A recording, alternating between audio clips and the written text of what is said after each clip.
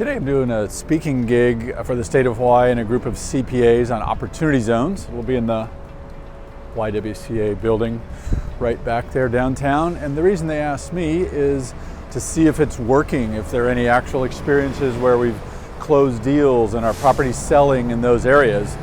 And so we're going to go over a couple of those things. I thought I'd shoot a little outside, tell you about some things we're going to talk about in there.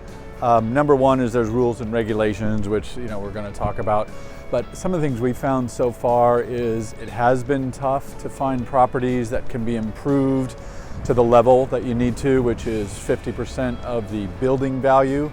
We're running into a lot of buildings that are already well improved, hard to spend that much money. Separate situation, probably the most dramatic I've seen is we have a client with a $7 million tax liability from selling stock that he can get into opportunity zones. He's not been successful yet. The clock is ticking.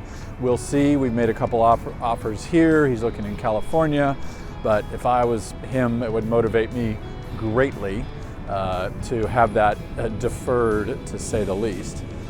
We're downtown, right by Queen Liliuokalani Palace, which is really awesome. Next time you're downtown, you get a chance, take a look-see. We'll be back at the end of the conference to give you an update. Thanks, aloha. Okay, just finished up on the Opportunity Zones presentation seminar. It was put on by DBED, Department of Business and Economic Development. Super great resource if you check out their website about how to invest, where to invest, consultants, even some ideas on funds that might want to invest here in Hawaii.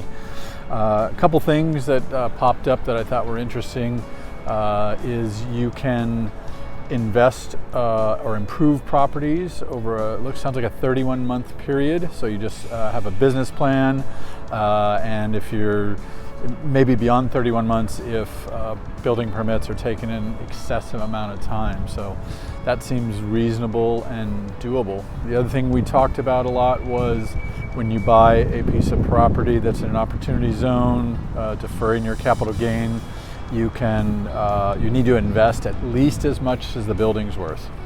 You can exclude the land, but at least as much as the building's worth. And the other guys in the panel strongly recommend an appraisal versus taxed assessed value. A couple things that I hit on in our experiences have been it's been hard to find properties where you can spend that much money.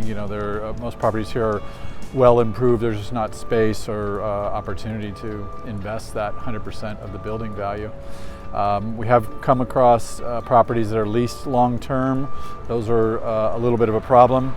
The other speakers on the panel talked about triple net leases may not qualify, and they suggested having a little less than a triple net lease, meaning having some management and maintenance and asset oversight. So check with your CPA on that one. They're hoping that the final guidelines will come out soon. Those are still, they've had a couple of regulations put out, but the final guidelines are still not out, so it is providing some gray areas. They're hoping that some of the time periods are going to get extended, and I think we're all hoping that the states will start some kind of registration program, maybe a simple annual report on a one-page sheet. Well, thanks for joining me. Aloha from downtown Honolulu. See you again soon.